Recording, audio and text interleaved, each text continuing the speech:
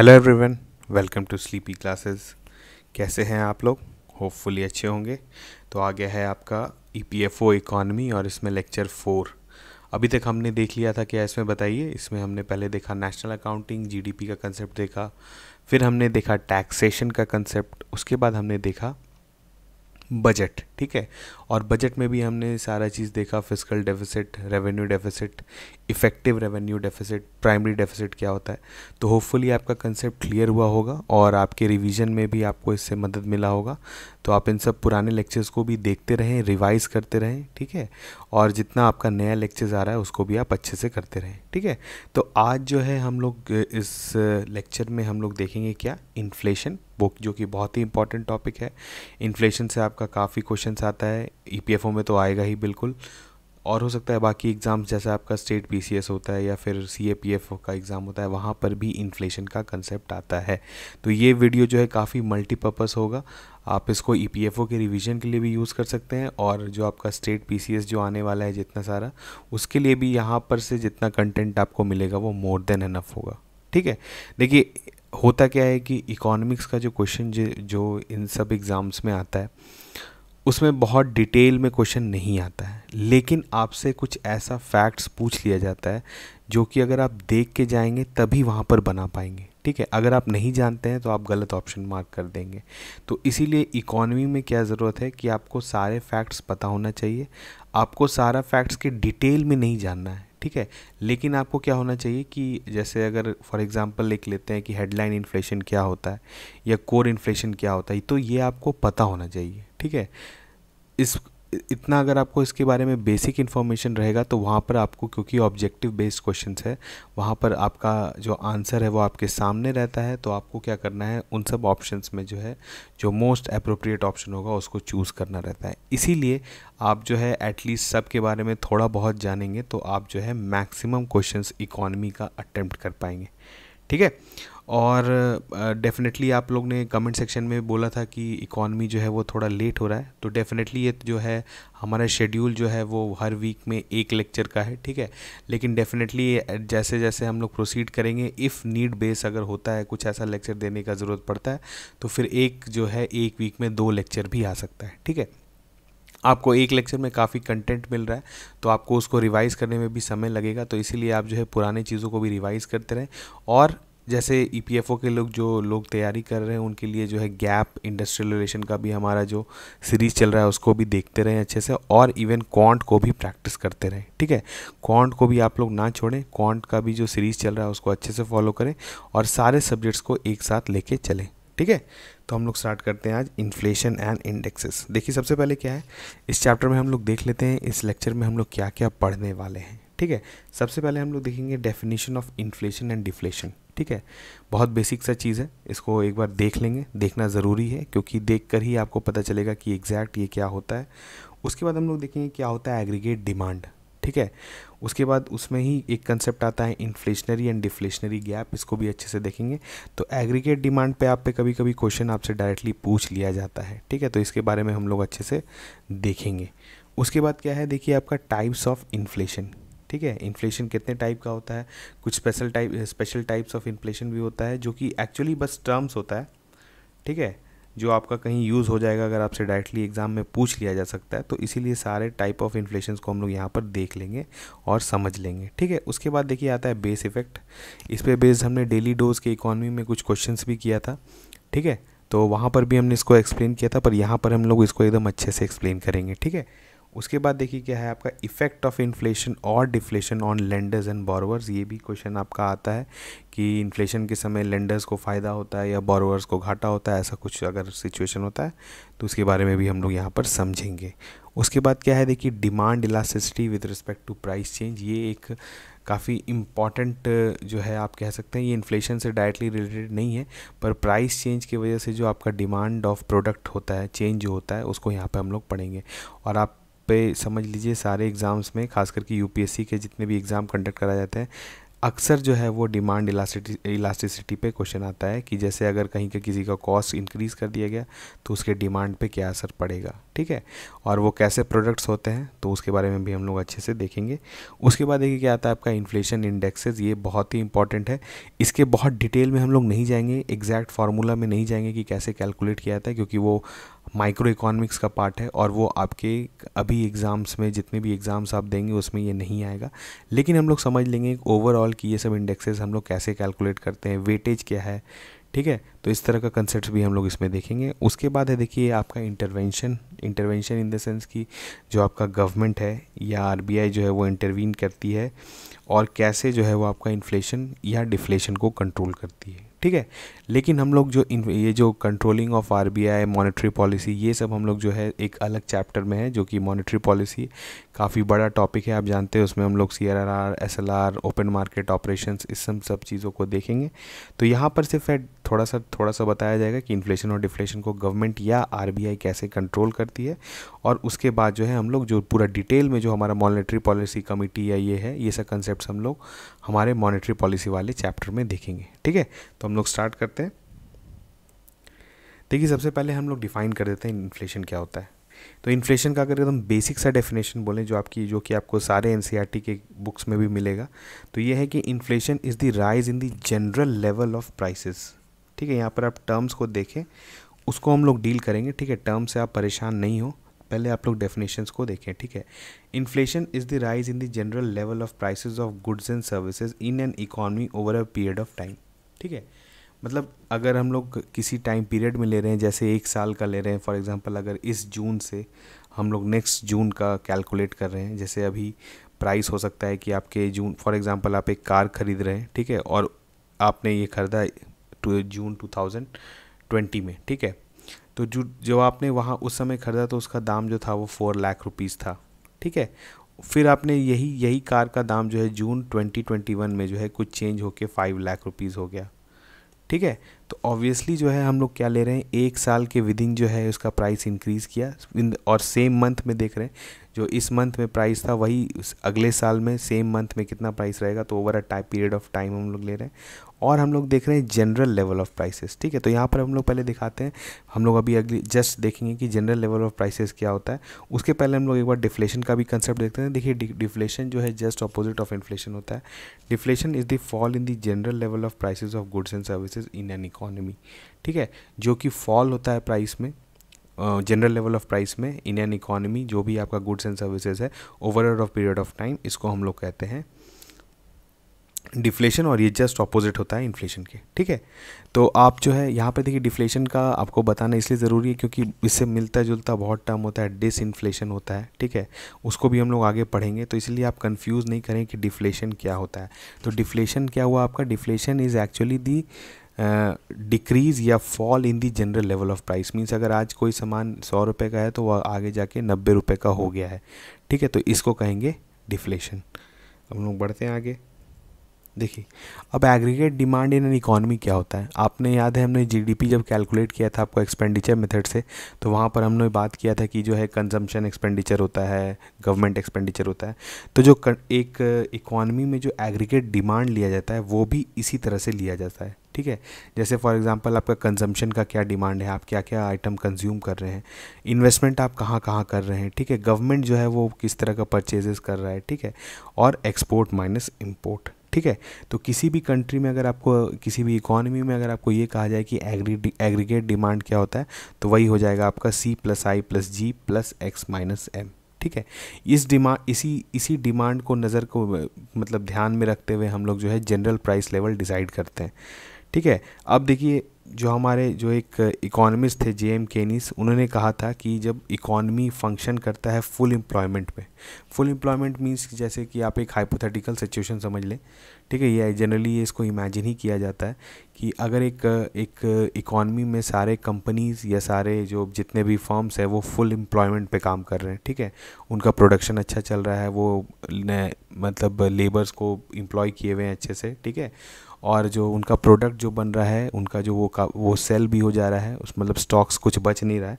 तो जो ideal condition होता है, ठीक है, उस समय जो आपका एग्रीगेट मतलब जो सप्लाई है, ठीक है, और उस समय जो एग्रीगेट डिमांड है वो एक दूसरा को बैलेंस किया हुआ रहता है, ठीक है। एग्रीगेट डिमांड जिसको हम लोग एडी कह देते हैं और एग्रीगेट सप्लाई जो है उसको एएस कह देते हैं, ठीक है। तो ये जो है ये एक इक्विलिब्रियम टाइप कंडीशन क्रिएट किया हुआ रहता है यहाँ पर कि जब आपका इस तरह से इकोनॉमी फंक्शन करेगा तो आपका जो उस समय जो आपका डिमांड होगा वो आपके सप्लाई के अनुसार ही रहता है, ठीक है। तो इस समय जब आपका एक इक्विलिब्रियम कंडीशन पहुंच गया है एग्रीगेट डिमांड और एग्रीगेट सप्लाई का, तो उस समय जो प्रोडक्ट्स का जो प्राइसेस है, ठीक है, जो एक जनरल जो प्राइसेस है उनका, तो उस प्राइस को हम लोग कहते हैं जनरल प्राइस लेवल, ठीक है। एकदम आइडियल कंडीशन हुआ, ठीक है, जब आपका प्रोडक्ट जो है वो एकदम बन रहा है, बिक रहा है, लोग भी, सप्लाई भी अच्छे से चल रहा है और डिमांड भी अच्छे से चल रहा है, तो उस केस में जो है हम लोग नॉर्मली मानते हैं कि उसको कहते हैं जनरल प्राइस लेवल, ठीक है। लेकिन अब क्या होता है कि अगर किसी भी कारणवश जो है या तो आपका एग्रीगेट डिमांड बढ़ जाए या तो एग्रीगेट सप्लाई घट जाए, ठीक है, तो उस केस में क्या होता है, ये इक्विलिब्रियम जो होता है ये थोड़ा डिस्टर्ब हो जाता है। और जब ये इक्विलिब्रियम डिस्टर्ब होता है तो उस केस में हम लोग जो हमारा या तो इन्फ्लेशन हो जाता है या तो डिफ्लेशन हो जाता है, ठीक है। इन्फ्लेशन कैसे हो जाता है, फॉर एग्जांपल जैसे आप सोचिए कि अगर आपका, जैसे यहाँ पे एक टर्म है इन्फ्लेशनरी गैप, ये एक सिचुएशन हुआ। देखिए, inflationary gap is a situation which arises when aggregate demand in an economy exceeds the aggregate supply at full employment level, ठीक है। तो अब देखिए आपका एडी जो है वो ग्रेटर देन हो गया एएस, ठीक है।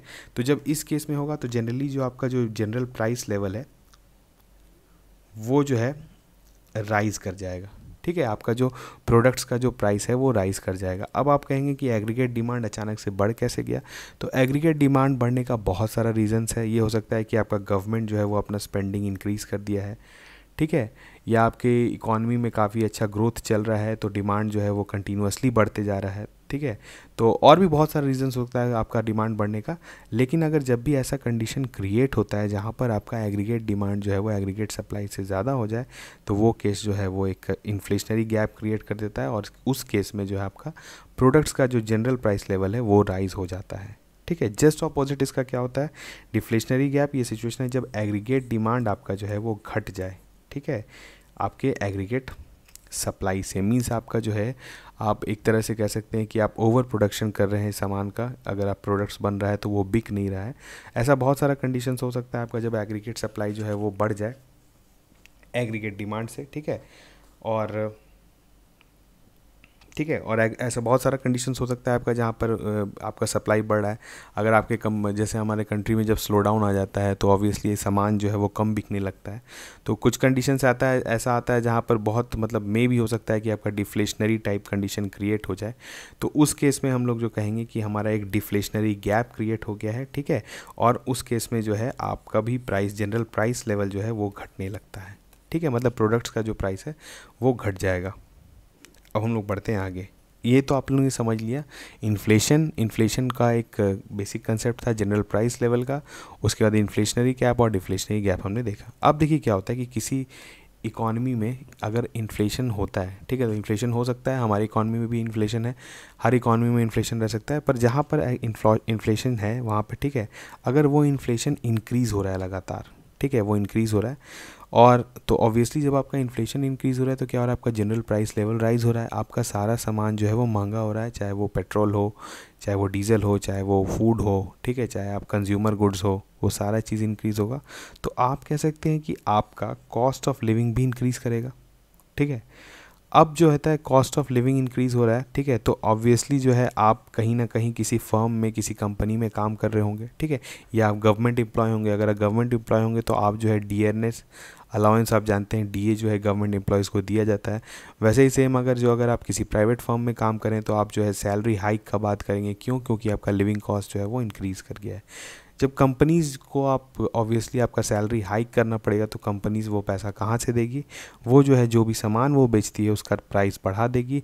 उसका प्राइस बढ़ा देगी तो इनडायरेक्टली वो सामान जो है वो हम ही लोग कंज्यूम करते हैं, ठीक है। और इन हम लोग से क्या होगा, जब हम लोग को फिर से सामान महंगा मिलने लगेगा तो हमारा फिर से लिविंग कॉस्ट इंक्रीज़ होगा। तो आप कह सकते हैं कि एक स्पाइरल टाइप का सिचुएशन क्रिएट हो जाता है। तो इस तरह के जो इसको इन्फ्लेशनरी स्पाइरल कहते हैं, तो ये किसी भी इकॉनमी के लिए अगर ज़्यादा दिन तक चल रहा है तो ये अच्छा नहीं रहता है। ऐसे तो जितना भी डेवलपिंग इकॉनमीज़ होता है, जो भी ग्रोइंग इकॉनमी होता है, जो भी एक्सपैंडिंग इकॉनमीज़ होता है, वहाँ पर कुछ ना कुछ इन्फ्लेशन हमेशा रहता है, और इन कुछ इन्फ्लेशन जो है वो ग्रोथ के लिए अच्छा भी माना जाता है। लेकिन अगर ये जो है ये सिस्टमिक वे में अगर जो है आपका इन्फ्लेशन जो है वो ग्रो किए जा रहा है, ठीक है, और आपका जो है सिस्टम जो है हाई इन्फ्लेशन पे चल रहा है, ठीक है, तो उस तरह के सिस्टम को हम लोग कहते हैं ऑब्वियस, मतलब वो हाई इन्फ्लेशन इकॉनमी हो गया, और ये जनरली जो है आपका इन्फ्लेशनरी स्पाइरल में फंस जाता है, ठीक है। तो इस तरह का सिचुएशन अगर क्रिएट होता है तो हम लोग उसको बोलते हैं inflationary spiral. Same goes with deflation, ठीक है। अब अगर आपके किसी कंट्री में अगर डिफ्लेशन जो है किसी वजह से ट्रिगर हो गया है, जैसे वहाँ पे फॉल इन प्राइसेस होने लगा, ठीक है, आपके कंट्री में ओवर प्रोडक्शन हो चुका है लेकिन लोग जो है बाई नहीं कर रहे हैं, ठीक है, तो ऑब्वियसली जब आपका स्टॉक्स इंक्रीज़ होने लगता है, इन्वेंट्री में सामान बढ़ने लगते हैं, ठीक है, तो उस केस में क्या होता है कि कंपनीज़ जो है उनका प्रॉफिट मार्जिन भी घट जाता है। अब तो उनका क्योंकि सामान ही नहीं बिक रहा है अच्छे से, तो जब उनको सामान ही नहीं बिक रहा है तो उनका इंसेंटिव भी घट जाता है कि हम क्यों ही और ज़्यादा प्रोडक्शन करें। जब हम ज़्यादा प्रोडक्शन नहीं करेंगे तो हम लोगों को क्या कहें, हमको ज़्यादा लेबर का ज़रूरत नहीं है, तो ज़्यादा लेबर का ज़रूरत नहीं है तो जो एग्जिस्टिंग लेबर्स भी हैं उनको भी हम घटा देंगे, यानी मेरा अनएम्प्लॉयमेंट भी होगा यहाँ पे, ठीक है, अनएम्प्लॉयमेंट भी बढ़ेगा। और ये जो है ये फर्दर फिर जब आपका ऑब्वियसली अगर आप अनएम्प्लॉयड रहेंगे तो आप तो सामान ही नहीं खरीद पाएंगे, ठीक है, जब आप सामान नहीं खरीद पाएंगे तो वो क्या होगा, फर्दर डिमांड जो होगा वो सामान को का दाम को और घटाना पड़ेगा, ठीक है। तो आप ये कह सकते हैं कि एक डिफ्लेशनरी गैप, मतलब ये जो गैप लिखा हुआ है ये स्पाइरल हो सकता है। ये डिफ्लेशनरी स्पाइरल जो है किसी भी इकॉनमी में जो है ऐसा हो सिचुएशन क्रिएट हो सकता है, ठीक है। तो ये आपको पता होना चाहिए कि इन्फ्लेशनरी स्पाइरल और डिफ्लेशनरी स्पाइरल क्या होता है। इसके बारे में अगर आपको थोड़ा मतलब ये अगर आप ये साइकिल अगर आपको याद रहेगा तो आप समझ जाएंगे कि इसको, क्योंकि आपके क्वेश्चन में हो सकता है कि आपको ऐसा स्टेटमेंट दिया हो, तो वहाँ पर अगर आप ऐसा सिचुएशन देखेंगे, ये जो साइक्लिक सिचुएशन हम लोग देख रहे हैं, अगर आप इसको अच्छे से समझ गए तो उसको आप आंसर कर देंगे, ठीक है। अब हम लोग बढ़ते हैं क्लासिफिकेशन ऑफ इन्फ्लेशन, ठीक है। देखिए ब्रॉडली ऐसे तो इन्फ्लेशन काफ़ी ब्रॉड मतलब बहुत तरीके से क्लासिफाई किया जा सकता है। एक तो कॉज पर कि इन्फ्लेशन जो है वो किस वजह से हो रहा है, ठीक है, उसके बाद है कि टाइप्स ऑफ इन्फ्लेशन की उसका रेट क्या है, वो कितना रेट पे ग्रो कर रहा है, ठीक है, तो उस तरह का भी है। तो हम लोग जो है एक क्लब कर देंगे डिफरेंट टाइप ऑफ इन्फ्लेशंस को इसके बाद, पर प्राइमरीली जो हम लोग डिफाइन करते हैं, जो आपको से कहीं भी आप किसी स्टैंडर्ड बुक में आपको मिलेगा, वो 3 ही टाइप है। एक तो है डिमांड पुल, दूसरा है कॉस्ट पुल और तीसरा है मॉनेटरी, ठीक है। तो डिमांड पुल इन्फ्लेशन अभी हमने जस्ट पढ़ा, देखिए अभी एग्रीगेट डिमांड जब आपका एग्रीगेट सप्लाई से बढ़ जाए, ठीक है, तो ये किसी वजह से भी हो सकता है। देखिए एक आध रीज़न भी हम लोग देख लेते हैं, जैसे आपका एक्सपेंशनरी फिस्कल पॉलिसी। इसका मतलब क्या हुआ कि गवर्नमेंट जो है वो एक्सपेंशनरी फिस्कल पॉलिसी कर जो है फॉलो करिए। फॉर एग्जांपल वो जो है स्कीम्स में पैसा बांट रही है, जैसे आप अभी जैसे डायरेक्ट बेनिफिट्स जो आपका स्कीम्स चल रहा है, ठीक है, जिसमें आप पीएम किसान हैं या फिर आप देख रहे हैं कि गवर्नमेंट जो है वो डायरेक्टली पैसा दे रही है पीपल को कि वो खर्च करें। तो इस तरह का जब स्कीम्स या एमजी नरेगा आप जानते हैं इसके बारे में भी, ठीक है, तो ऐसा स्कीम्स जहाँ पर आप एक्चुअली वर्थ प्रोड्यूस नहीं कर रहे हैं, ठीक है, लेकिन आपको जो है उसके बदले में पैसा मिल रहा है, ऐसा स्कीम्स गवर्नमेंट का चलता है। या गवर्नमेंट जो है डायरेक्टली पैसा देने के बजाय जो है वो क्या करेगी, वो बैंक्स को बोलेगी कि आप लोन जो है वो मतलब बैंक रेट्स कम करिए और लोन आप पब्लिक को ज़्यादा दीजिए। तो उस केस में भी क्या होगा कि पब्लिक के हाथ में मनी सप्लाई बढ़ जाएगा, ठीक है, और जब भी आपके पास ज़्यादा पैसा आएगा, आपका डिस्पोजेबल इनकम ज़्यादा बढ़ जाएगा, तो आप जो है क्या फिर आप खर्च करने का सोचेंगे या इन्वेस्टमेंट करने का सोचेंगे। तो आपका क्या है कि ऑब्वियसली इकॉनमी तो एक्सपैंड करेगा, आप ज़्यादा सामान खरीदेंगे, ज़्यादा सामान बनेगा, ठीक है, कंपनीज प्रॉफिट कमाएगी, लेकिन क्या होगा कि आपका एक तरह से एक इन्फ्लेशन वाला फिर वही साइकिल क्रिएट हो जाएगा, ठीक है, और आप जो है मतलब अगर आप ओवरऑल जो है पूरे इकॉनमी में एग्रीगेट डिमांड जो है वो सप्लाई से बढ़ सकता है इस कंडीशन में, ठीक है। ओवरसीज़ ग्रोथ में क्या हो कि अगर किसी कंट्री में फॉर एग्जांपल वो एक्सपोर्ट अच्छा करता है तो वो काफ़ी अगर एक्सपोर्ट करने लगे वो कंट्री, ठीक है, तो उसको भी फिर भी उसको इनकम उसका बढ़ जाता है, उसके उस वजह से भी जो है पीपल का इनकम बढ़ता है, तो वो भी एक हो सकता है कभी कभी इन्फ्लेशनरी नेचर हो, ठीक है। तो बेसिकली डिमांड पुल क्या हुआ कि अगर आपके हाथ में ज़्यादा पैसा आ रहा है तो आप ज़्यादा खर्च करेंगे। अगर आप एकदम सिंपल लैंग्वेज में समझना चाहते हैं तो उसका मतलब ये हुआ कि जिस भी सोर्स की वजह से अगर आपके हाथ में ज़्यादा पैसा आ रहा है तो आप ज़्यादा खर्च करेंगे, ठीक है, और इस वजह से जो है आपका जनरल प्राइस लेवल राइज करेगा, सामान जो है वो महंगा होगा। फॉर एग्जांपल आप सोचिए एक गाड़ी है, ठीक है, उसको खरीदना 4 लोग चाहते हैं उसको, ठीक है, चारों के पास पैसा है, ठीक है। अब ऑब्वियसली अगर आपका सबके पास और लोगों के पास भी पैसा आ रहा है तो अब गाड़ी आपके पास सिर्फ एक ही है, एक ही गाड़ी है, उसको ख़रीदने वाले अब 7 लोग हो गए हैं, ठीक है। तो जब एक ही आइटम को ख़रीदने वाले 7 लोग हो गए हैं, ठीक है, तो ऑब्वियसली उस कार का प्राइस भी इंक्रीज़ करेगी कंपनी, क्योंकि लोग के पास, सबके पास पैसा है। तो ओवरऑल क्या होगा कि इकॉनमी में जितना भी आइटम्स हैं या जितना भी प्रोडक्ट्स हैं उनका प्राइस जो है वो इंक्रीज़ करने लगेगा, ठीक है। तो वो भी एक इन्फ्लेशन ही होगा। दूसरा क्या है हमारा, देखिए कॉस्ट पुल। कॉस्ट पुल एक्चुअली होता है फ्रॉम सप्लाई साइड, ठीक है। जैसे अगर आप सोचिए कि अगर कंट्री में किसी भी वजह से, बहुत सारा रीज़न हो सकता है, आपका प्रोडक्शन जो है वो महंगा हो जाए। फॉर एग्जांपल अगर सोचिए, अगर हम लोग जैसे हमारे कंट्री में जैसे वैसलीन बनता है या पैराफिन वैक्स का कोई चीज़ बनता है, ठीक है, तो वो ऑब्वियसली जो है वो ऑयल प्रोडक्ट का, वो ऑयल से उसका जो है रॉ मटेरियल हम लोग को मिलता है। अब ऑयल जो है हम लोग इंपोर्ट करते हैं, ठीक है। ओपीईसी कंट्रीज़ आप जानते हैं, जो हमारा जो ग्रुपिंग है, जो ऑयल जो एक्सपोर्टिंग कंट्रीज़ है, तो वो क्या करते हैं कि वो कभी कभी प्राइस को जो है कंट्रोल करते हैं, बढ़ाते हैं, घटाते हैं। तो उस वजह से क्या होता है कि इन सब प्रोडक्ट्स पे भी असर पड़ता है। तो अगर आपका रॉ मटेरियल, आपका बेसिकली आप कह सकते हैं जो फैक्टर्स ऑफ प्रोडक्शन होता है, चाहे वो रॉ मटेरियल हो, चाहे वो वेज हो, लेबर, जो लेबर को आप पैसा दे रहे हैं, अगर वो महंगा होता है तो भी आपका क्या होता है कि आपका सामान जो बिकता है मार्केट में वो महंगा हो जाता है, ठीक है।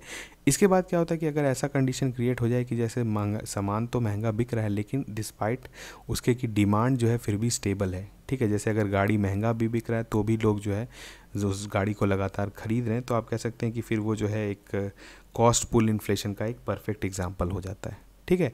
तो इसी कारण दो तरह, एक पहला हुआ आपका डिमांड कि आपके हाथ में पैसा ज़्यादा आ जाए, दूसरा क्या है कि आपका सामान महंगा हो जाए।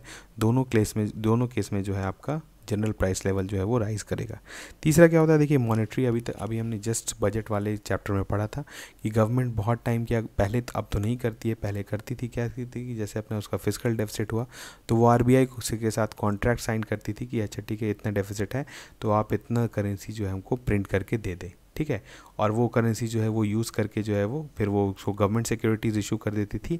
तो ये जो था कि उसका टाइमिंग जो उसका प्रॉब्लम तो सॉल्व कर देता था, पर होता क्या था कि जो आपकी इकॉनमी में है वो मनी सप्लाई इंक्रीज़ हो जाता था, ठीक है। और एक्सेस लिक्विडिटी की वजह से क्या होता था कि इन्फ्लेशनरी इन नेचर होता था। तो यानी ये मॉनेटरी रीजंस भी हो सकता है आपके इन्फ्लेशन में, और ये बहुत बड़ा मेजर रीज़न है, ठीक है। इसके अलावा देखिए क्या है, हम लोग कुछ इन्फ्लेशंस का जो है एक ब्रॉड कैटेगरीज को हम लोग ले लिए हैं, ठीक है। जैसे देखिए अब यहाँ पर ये है रेट ऑफ इन्फ्लेशन जो है, ठीक है। इस पर डिफाइंड है कि जैसे अगर क्रीपिंग इन्फ्लेशन किसको कहेंगे कि जब आपकी इकॉनमी में 3% और लेस अगर आपका इन्फ्लेशन है तो हम लोग कहेंगे इस तरह के इन्फ्लेशन को क्रीपिंग इन्फ्लेशन। क्रीपिंग मीन्स कि वो काफ़ी धीरे धीरे बढ़ रहा है, ठीक है। और ये जनरली जो होता है ये इकॉनमी के लिए अच्छा होता है। जैसे हमारे इकॉनमी जो ग्रोइंग इकॉनमी है उसमें भी इन्फ्लेशन है आपका, तो कह सकते हैं कि ये इन्फ्लेशन जो है उतना अलार्मिंग नहीं है और ये किसी भी इकॉनमी के लिए अच्छा होता है। इसके बाद देखिए आपका आता है वॉकिंग, रनिंग, ठीक है। तो इस तरह का अगर आपको टर्म्स कभी आता है कि वॉकिंग इन्फ्लेशन क्या होता है, रनिंग इन्फ्लेशन क्या होता है, तो आप समझ सकते हैं कि वो क्रीपिंग इन्फ्लेशन से जो वो थोड़ा ज़्यादा होता है, ठीक है। एक जो इंपॉर्टेंट आता है फिर जो आता है जिसको हम लोग जो यहाँ पर देखिए हम लोग क्या है जो मोस्ट इंपॉर्टेंट टर्म्स है जो कि आपका मे भी आ सकता है या आपके कहीं दिया हुआ रहता है बुक में, तो उन सब टर्म्स को ही हम लोग लिया गया है। नॉन इम्पॉर्टेंट इन्फ्लेशन, ऐसे तो इन्फ्लेशन बहुत बड़ा डेफिनेशन है, बहुत तरीक़ा से डिफाइन किया सकता है, पर जो मेजर इन्फ्लेशंस हैं उसको हम लोग यहाँ पर लिए हैं। जैसे अब गैलोपिंग इन्फ्लेशन क्या हुआ,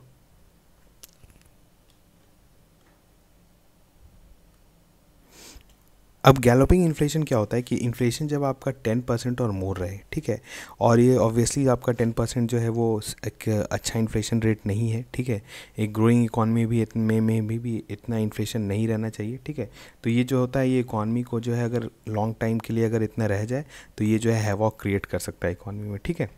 दूसरा क्या होता है, देखिए आपका हाइपर इन्फ्लेशन, ये भी एक एक्सट्रीम कंडीशन है, ठीक है। और जनरली आप काफ़ी अगर आप हिस्ट्री पढ़े होंगे तो उसमें पढ़ते होंगे जब आपका ट्रीटी ऑफ वर्सेलिस हुआ था, ठीक है, उसके बाद जो है आपका जर्मनी में एक हाइपर इन्फ्लेशन कंडीशन आया था, ठीक है। एक उसमें एक इमेज भी है एनसीईआरटी में, आप देखेंगे कि वहाँ पर जो है एक पूरा कार्ड जो है वो पैसा भर के जा रहा है एक ब्रेड खरीदने के लिए, ठीक है।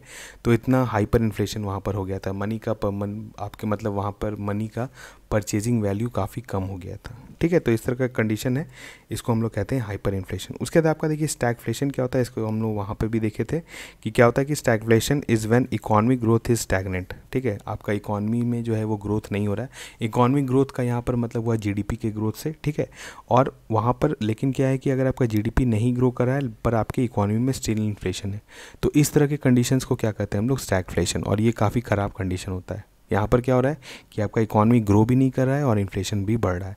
अगर जनरली आपका इकॉनमी ग्रो करते रहता है, इन्फ्लेशन बढ़ते रहता है, तो वो that is manageable and that is good.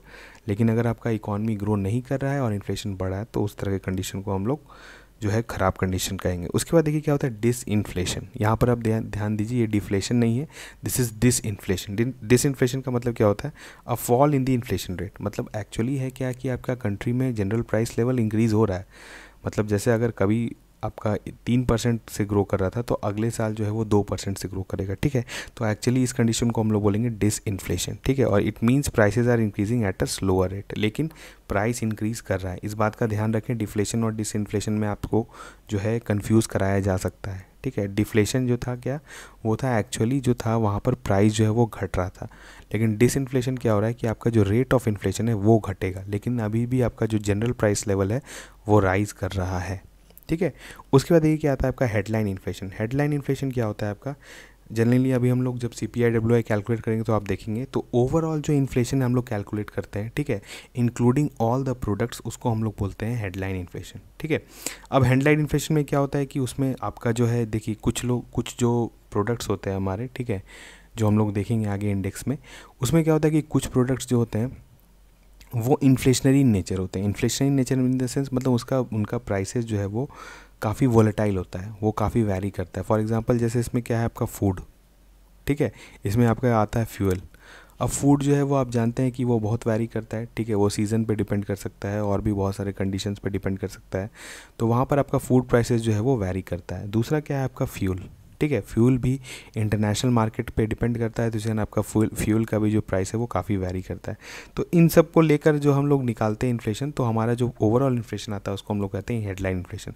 और ये जो आप कह सकते हैं कि मतलब प्रोन टू है इन्फ्लेशनरी स्पाइक्स, इसमें कहा जा रहा है क्यों, ऑब्वियसली क्योंकि इसमें आप फ्यूल और फूड दोनों को ले रहे हैं और दोनों में जो है प्राइस जो है चेंजेस काफ़ी फ्रीक्वेंट होता है, तो इसी कारण जो है हेडलाइन इन्फ्लेशन जो है वो काफ़ी उसमें स्पाइक्स दिखता है। ठीक है, दूसरा देखिए जो मेन इंपॉर्टेंट जिसको हम लोग कैलकुलेट करते हैं ज़्यादा मतलब अच्छा पिक्चर देखने के लिए, तो है वो कोर इन्फ्लेशन। कोर इन्फ्लेशन में क्या होता है कि हम लोग वोलेटाइल फैक्टर्स को हटा देते हैं, जैसे कि एनर्जी और फूड प्राइसेस।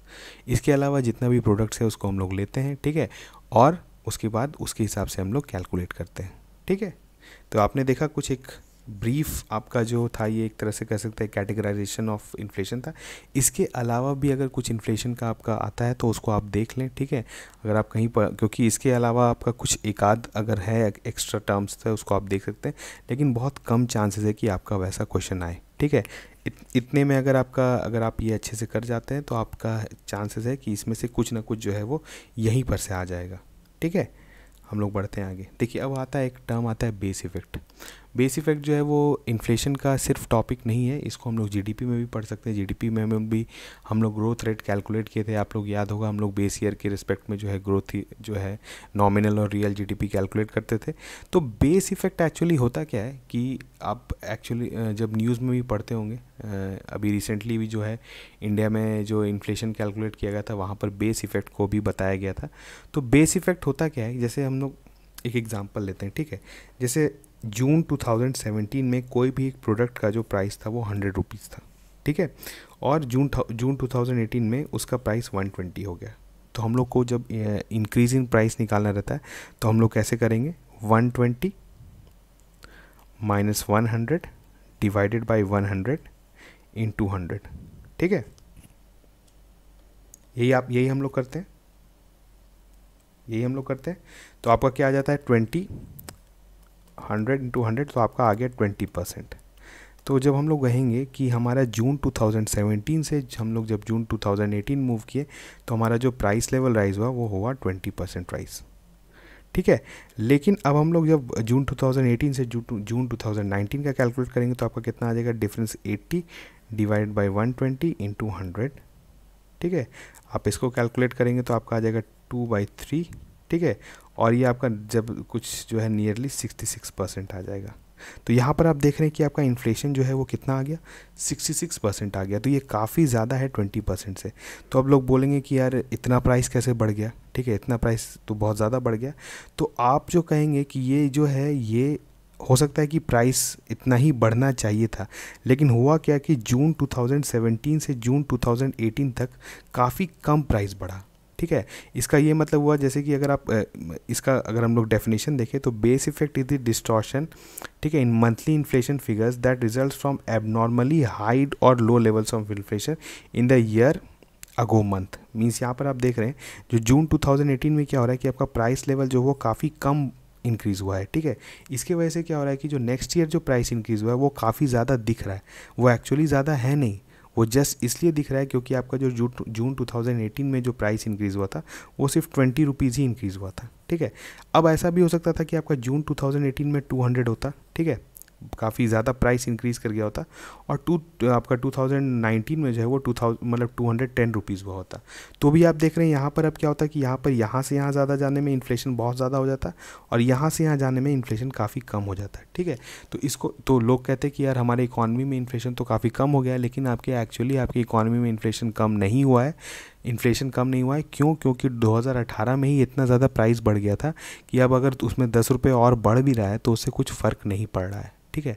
तो इस इफ़ेक्ट को हम लोग इसको कहते हैं कि ये जो आपका डिनोमिनेटर इफेक्ट है, क्योंकि डिनोमिनेटर में आपका जो है वो पुराना ईयर का हम लोग लेते हैं, अगर वो काफ़ी कम है तो भी इन्फ्लेशन पे इफेक्ट पड़ेगा, अगर वो काफ़ी ज़्यादा है तो भी उस पर इन्फ्लेशन पे इफेक्ट पड़ेगा, ठीक है। और बेस इफेक्ट जो है उसकी वजह से क्या होता है कि हम लोग को रियल इन्फ्लेशन नहीं पता चलता है। इसी कारण बहुत सारे इकॉनमीज़ में अगर आपको जैसे इंडिया के में ही के केस में लिया गया था कि इन्फ्लेशन रेट काफ़ी बढ़ गया था, तो लोग कह रहे थे कि काफ़ी इन्फ्लेशन बढ़ गया, तो इन्फ्लेशन उसका एक रीज़न बेस रेट भी था।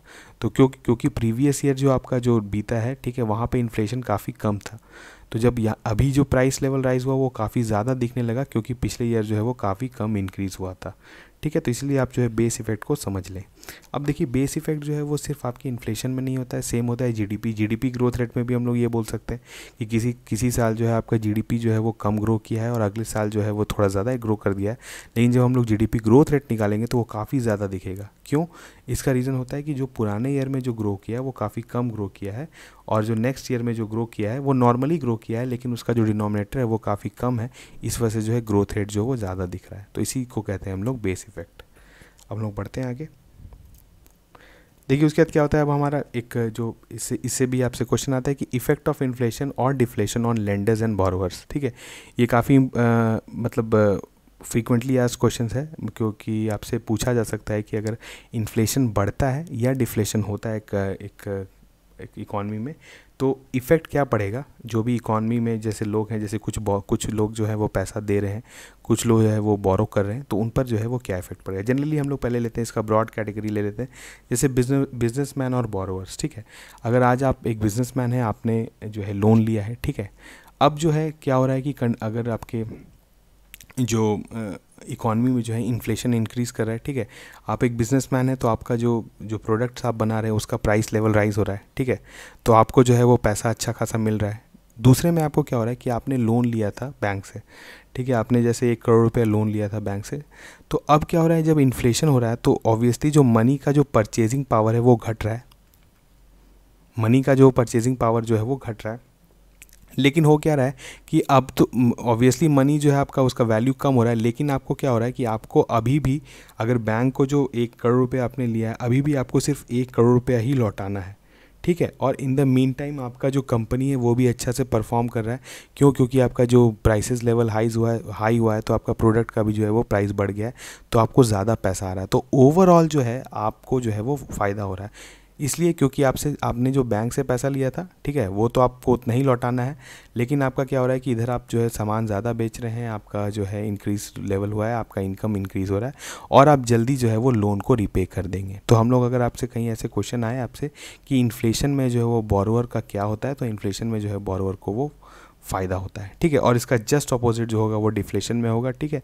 डिफ्लेशन में जो है आपका प्राइस लेवल घटने लगता है, ठीक है। तो आपको बोरोअर्स को जो है वो मतलब बिजनेसमैन्स को जो है उनको जो है ऑब्वियसली उनके प्रोडक्ट का कम पैसा मिलता है तो उनका नुकसान होने लगता है।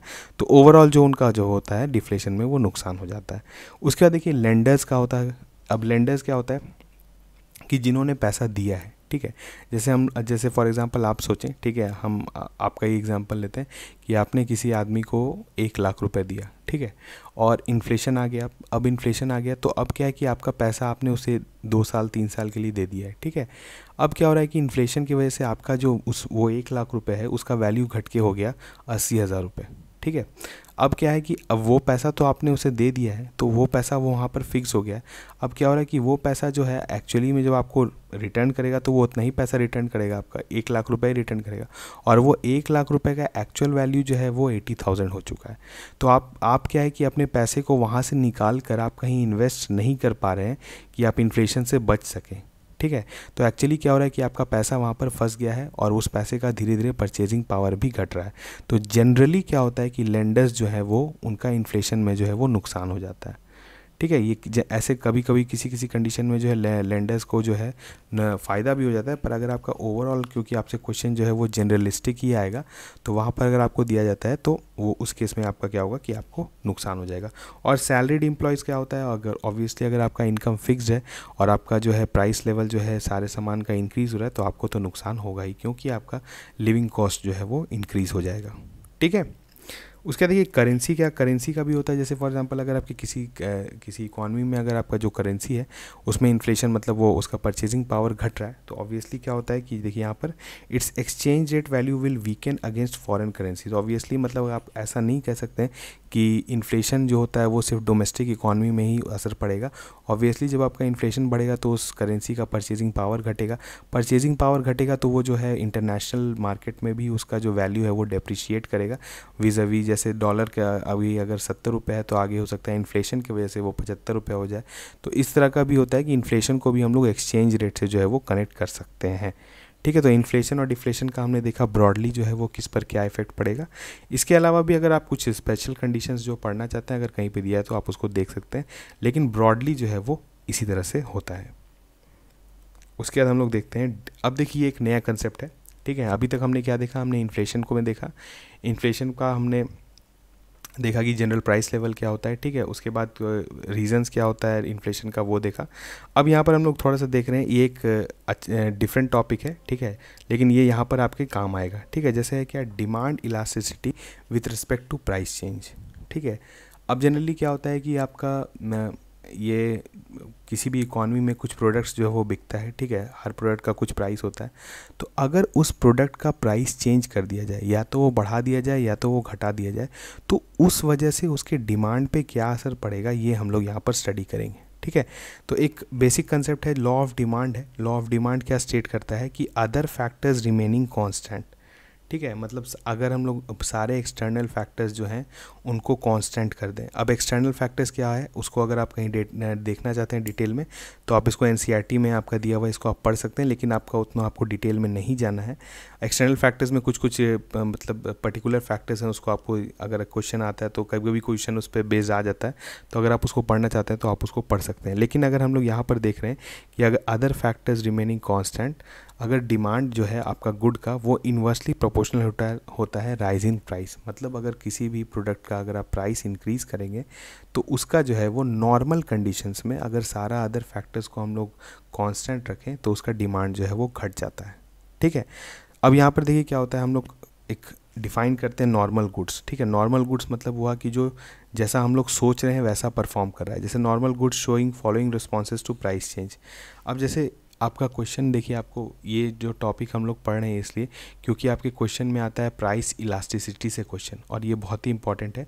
इसमें आपको बताना पड़ेगा कि कौन सा प्रोडक्ट जो है वो इलास्टिक है, कौन सा प्रोडक्ट जो है वो इनइलास्टिक है, ठीक है। इसीलिए यहाँ पर ये कंसेप्ट हम लोग देख रहे हैं। अब देखिए परफेक्टली इनइलास्टिक क्या होता है कि अगर आपका प्राइस चेंज हो रहा है, ठीक है, जैसे कुछ सामान है उसका प्राइस हम लोग बढ़ा रहे हैं या घटा रहे हैं, तो उस वजह से उसके डिमांड में कोई भी चेंज नहीं आए, ठीक है, तो उसको हम लोग बोलेंगे कि दैट इज़ परफेक्टली इनइलास्टिक, ठीक ठीक है। अब बताइए कि ऐसा कौन सा प्रोडक्ट है जिसका अगर हम प्राइस इंक्रीज़ करें या डिक्रीज़ करें तो मेरा जो है डिमांड में अंतर नहीं पड़ेगा। तो वो हमारा क्या है, वो है ऑयल। जैसे हम लोग पेट्रोल यूज़ करते हैं, ठीक है, पेट्रोल तो अब क्योंकि आपको गाड़ी तो चलाना ही है, लॉजिस्टिक्स सेक्टर्स तो हमारा काम तो करेगा ही, तो हो सकता है कि वहाँ पर क्योंकि इकॉनमी तो चलते रहता है, पेट्रोल बहुत इंपॉर्टेंट है, डीजल बहुत इंपॉर्टेंट है, तो अगर इनका प्राइस बढ़ता है या घटता है तो इनका डिमांड पे जो है ज़्यादा असर नहीं पड़ता है, बहुत मिनिमल जो है वो हो सकता है कि आपका इफेक्ट पड़े, लेकिन हम लोग कह सकते हैं कि ये परफेक्टली इन इलास्टिक है, ठीक है। उसके बाद ये क्या होता है, पेंटिंग्स। अब पेंटिंग्स क्या होता है, ऑब्वियसली जो पेंटिंग्स होता है वो काफ़ी महंगा आता है, वो कोई आर्टिस्ट जो बेचते हैं, तो वो जो है पेंटिंग है आपका जो है वो ऑब्वियसली मिडिल क्लास नहीं खरीदता है, उसको हायर क्लास लोग खरीदते हैं या बिजनेसमैन लोग खरीदते हैं। तो अगर पेंटिंग का प्राइस इंक्रीज़ कर दिया जाए तो क्या उसका डिमांड घटेगा? नहीं घटेगा, वो लोग अभी भी उसको खरीदेंगे, ठीक है।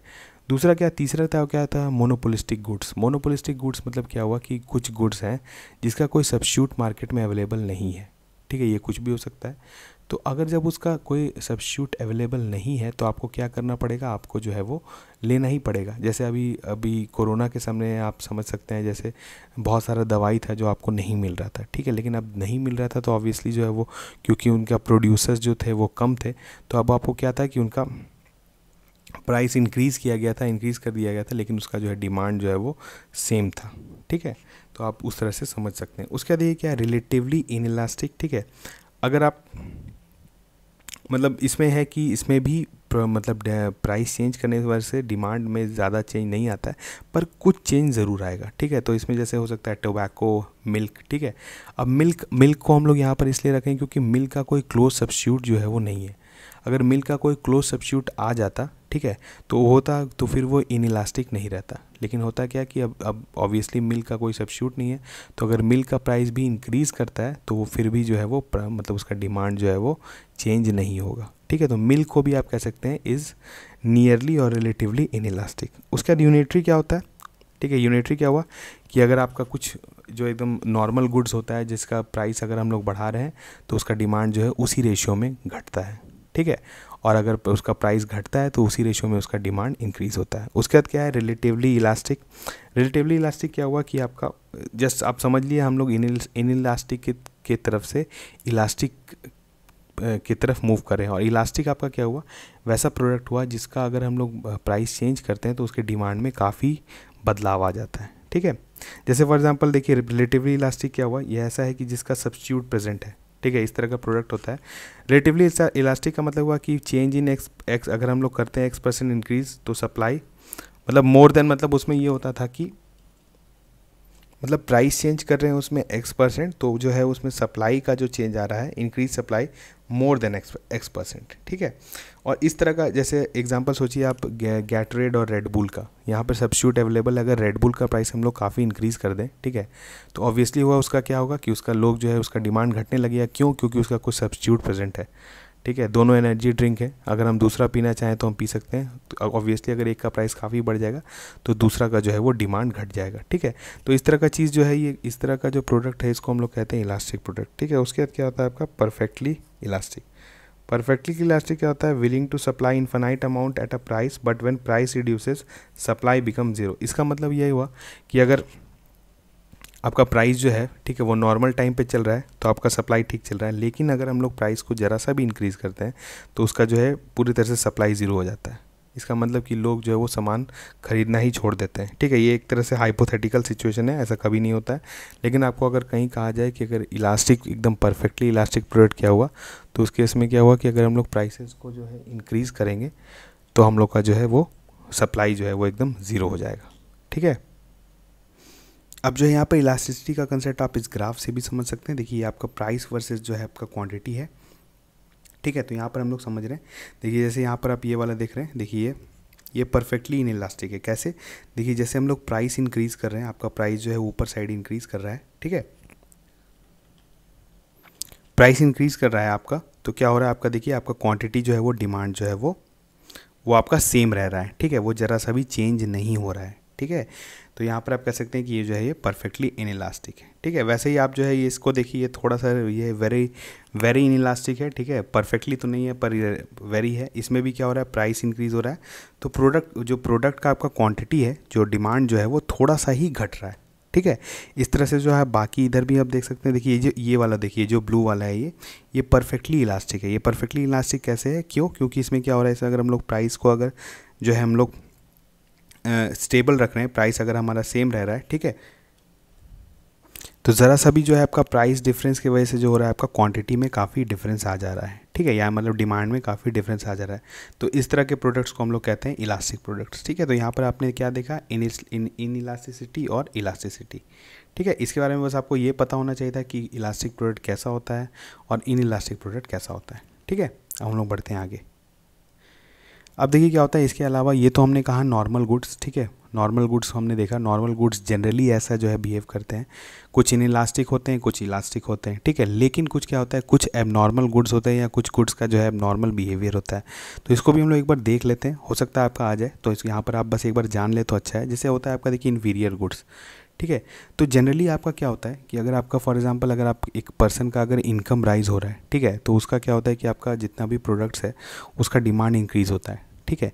लेकिन कुछ प्रोडक्ट्स ऐसे होते हैं, ठीक है, अगर आप जैसे अगर आपका सैलरी इंक्रीज़ हो रहा है, आपका लाइफस्टाइल इंक्रीज़ हो रहा है, तो आप जो है इन्फीरियर गुड्स का जो है आप कंजम्पशन कम करने लगते हैं। फॉर एग्जांपल अगर आप जैसे पहले एक आप लोअर मिडिल क्लास या आप जो है पुअर फैमिली से बिलोंग करते थे, तो ऑब्वियसली आपके यहाँ जो है आप कोर्स ग्रेन खाते होंगे, ज्वार बाजरा रागी खाते होंगे, या आप केरोसिन यूज़ करते होंगे, ठीक है।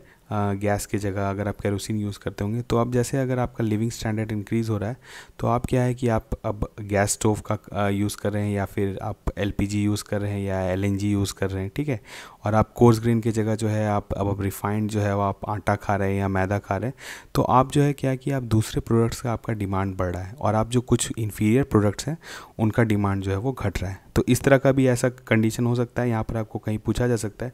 तो इन्फीरियर गुड के साथ क्या है, इन्फीरियर गुड जो है वो अपोजिट एक्ट करता है। अगर आपका जो है आपका इनकम इंक्रीज़ होता है तो उनका जो है डिमांड जो है वो घटने लगता है, ठीक है। ऐसा ही होता है Veblen goods and Giffen goods, इसको भी आप देख लें, बस आप एक बार देख लें इसके बारे में डेफिनेशन, ठीक है, तो आप समझ जाएंगे। जैसे वेबलेन गुड क्या होता है कि higher the price higher the demand, ठीक है। हायर द प्राइस मीन्स अगर कुछ प्रोडक्ट्स जो है उनका हम प्राइस बढ़ाएंगे तो उनका डिमांड भी बढ़ जाएगा, ठीक है। जैसे आईफोन हुआ, आईफोन का आप देखते हैं हर बार नया सीरीज़ लॉन्च होता है, लेकिन हर बार उतना ही डिमांड रहता है, क्यों? क्योंकि वो एक स्टेटस सिंबल का पार्ट हो जाता है। तो इसीलिए इस तरह का गुड्स जो है वो जनरली नॉर्मल गुड्स की तरह बिहेव नहीं करता है। जैसे हम लोग नॉर्मली क्या देख रहे थे कि वो तो या तो इनइलास्टिक होता था या तो वो इलास्टिक होता था, ठीक है। प्राइस बढ़ाने पर जो है वो डिमांड घट जाता था और प्राइस घटाने पर डिमांड इंक्रीज़ हो जाता था, ठीक है। तो आपने यहाँ पर देखा, हमने क्या देखा, हमने डिमांड इलास्टिसिटी देखा विथ रिस्पेक्ट टू प्राइस। अब देखिए हम लोग आ जाते हैं मेन टॉपिक पे, जो कि है आपका इन्फ्लेशन इंडेक्सेस, ठीक है। इन्फ्लेशन इंडेक्सेस जो हम लोग पढ़ते हैं, इसमें हम लोग को मेजरली जो है यहाँ पर पढ़ना है आपका सीपीआई और डब्ल्यूपीआई। उसके अलावा हम लोग प्रोड्यूसर प्राइस इंडेक्स के बारे में देखेंगे कि वो क्यों इंपॉर्टेंट है और उसका इंट्रोडक्शन जो है वो क्यों ज़रूरी है, ठीक है। तो सबसे पहले हम लोग यहाँ पर थोड़ा सा इसको डिफाइन कर लेते हैं। देखिए कंज्यूमर प्राइस इंडेक्स जो है, हमने पहले भी डेली डोज में भी हमने क्या कहा था, इस पर बेस क्वेश्चन भी किया था हमने, ये आपका जो है कंज्यूमर प्राइस इंडेक्स जो है वो रूरल, अर्बन और ऑल इंडिया लेवल पे कैलकुलेट किया जा सकता है, ठीक है। और हर पे जो जैसे रूरल का जो है वो कमोडिटीज़ का बास्केट अलग रहता है, ठीक है। यहाँ पर देखिए हम लोग क्या करेंगे, यहाँ पर हम लोग कमोडिटीज़ का बास्केट लेते हैं, ठीक है। देखिए सीपीआई डब्ल्यूपीआई जितना भी हम लोग कैलकुलेट करते हैं विथ रिस्पेक्ट टू हम लोग एक सर्टेन बास्केट ऑफ प्रोडक्ट्स लेते हैं, ठीक है। अब उसका नंबर्स जो है वो एग्जैक्ट आपको पता होना चाहिए, ठीक है। आप कमेंट सेक्शन में बता सकते हैं कि हम लोग डब्ल्यूपीआई में टोटल कितना प्रोडक्ट्स लेते हैं और सीपीआई में हम लोग कितना प्रोडक्ट्स लेते हैं, ठीक है। तो अगर आपको वो पता है तो अच्छी बात है। उसके बाद देखिए क्या है, कंज्यूमर प्राइस इंडेक्स जो होता है वो रूरल के लिए निकाला जाता है, अर्बन के लिए निकालता है और ऑल इंडिया लेवल के लिए निकाला जाता है। हम लोग जनरली जब सीपीआई का बात करते हैं तो वो हमारा ऑल इंडिया लेवल का रहता है, ठीक है। जिसको हम लोग जो हमारा मॉनेटरी पॉलिसी कमेटी भी जो सीपीआई को यूज़ करती है इन्फ्लेशन टारगेटिंग के लिए, वो ऑल इंडिया वाला ही होता है, ठीक है। अब इसमें देख लेते हैं क्या है, इस इंडेक्स में बेस ईयर आपका 2012 है, ये इंपॉर्टेंट है। किसी भी इंडेक्स में जो है दो चीज़ इंपॉर्टेंट होता है, एक तो वो कौन ऑर्गेनाइजेशन उसको कैलकुलेट कर रहा है, दूसरा कि उसका बेस ईयर क्या है। तो यहाँ पर बेस ईयर क्या है, सीपीआई का 2012 है। उसके बाद क्या है आपका ऑर्गेनाइजेशन जो है ये एनएसओ है, हमने पढ़ा था नेशनल स्टैटिस्टिकल ऑर्गेनाइजेशन, मॉस्पी जो है, हमने इसके बारे में डिटेल में पढ़ा था हमारे फर्स्ट वाले लेक्चर में, ठीक है। उसके बाद हमारा क्या आता है सीपीआई इंडस्ट्रियल वर्कर, ठीक है। इनका भी जो वेजेस होता है इस पर जो है ये CPI कैलकुलेट होता है, और ये करती है आपका labour bureau, ministry of labour. ठीक है, उसके बाद देखिए क्या होता है, CPI rural labour, RL and agriculture labour का भी कैलकुलेट किया था। और यहाँ देखिए यहाँ ये जो है इसका बेस ईयर ये 2001 है। वैसे ही नीचे वाले का जो है ये 1986 है, लेकिन ये सेम मिनिस्ट्री करती है, तो इस बात का आप ध्यान रखें।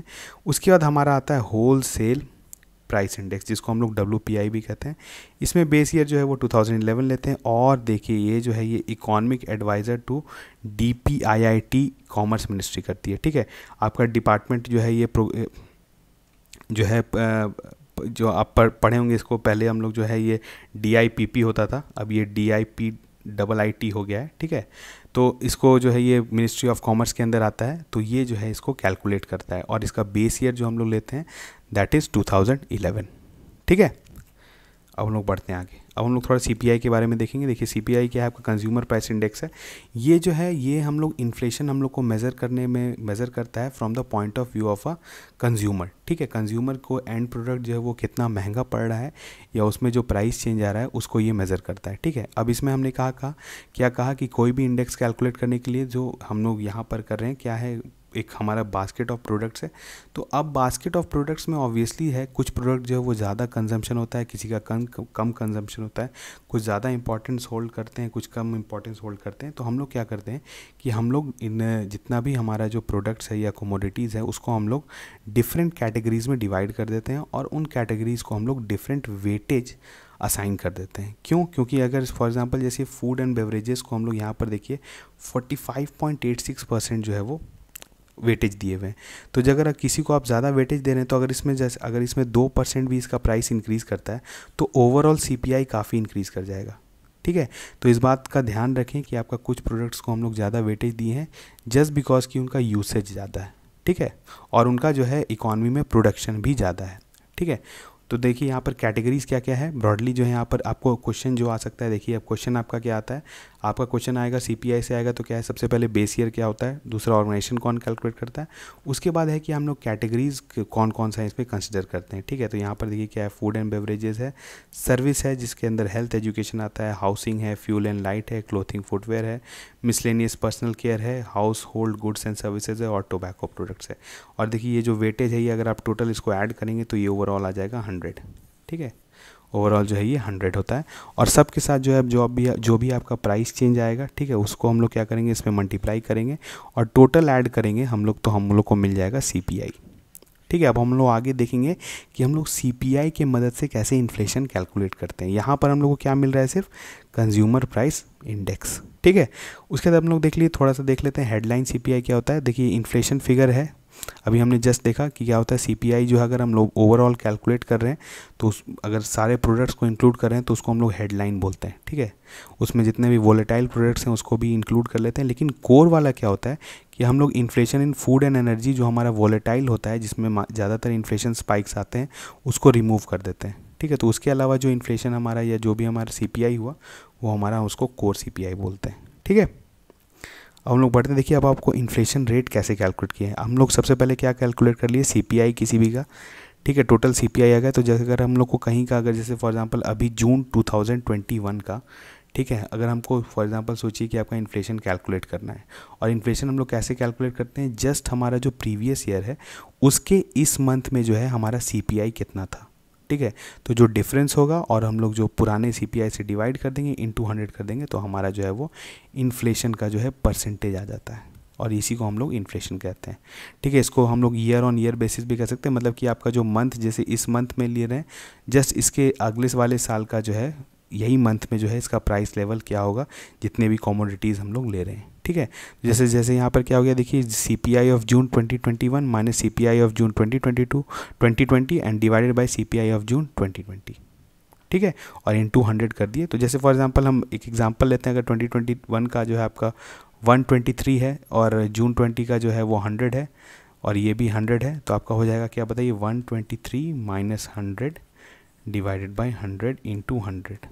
ठीक है, तो आपका आ गया 23% इंक्रीज़, यानी 23% आपका इन्फ्लेशन। ये एक हाइपोथेटिकल फिगर है, जनरली इतना इन्फ्लेशन इकॉनमी में नहीं रहता है, लेकिन ऐसा जो है ये हम लोग ऐसे ही कैलकुलेट करते हैं। ठीक है, अब आपके लिए इसमें क्या क्वेश्चन है, आप बताइए कि इसमें टोटल कमोडिटीज़ का नंबर कितना है सीपीआई में। ये आप थोड़ा रिसर्च करें अपने से, आप खोज के निकालें कि इसमें टोटल कमोडिटीज़ हम लोग सीपीआई में कितना लेते हैं। आपको कैटेगरीज पता चल गया, आपको टोटल नंबर बताना है, ठीक है। उसके बाद हम लोग देखते हैं अब होलसेल्स प्राइस इंडेक्स, ठीक है। इसको हमने क्या देखा, ये मिनिस्ट्री ऑफ कॉमर्स जो है ये कैलकुलेट करती है।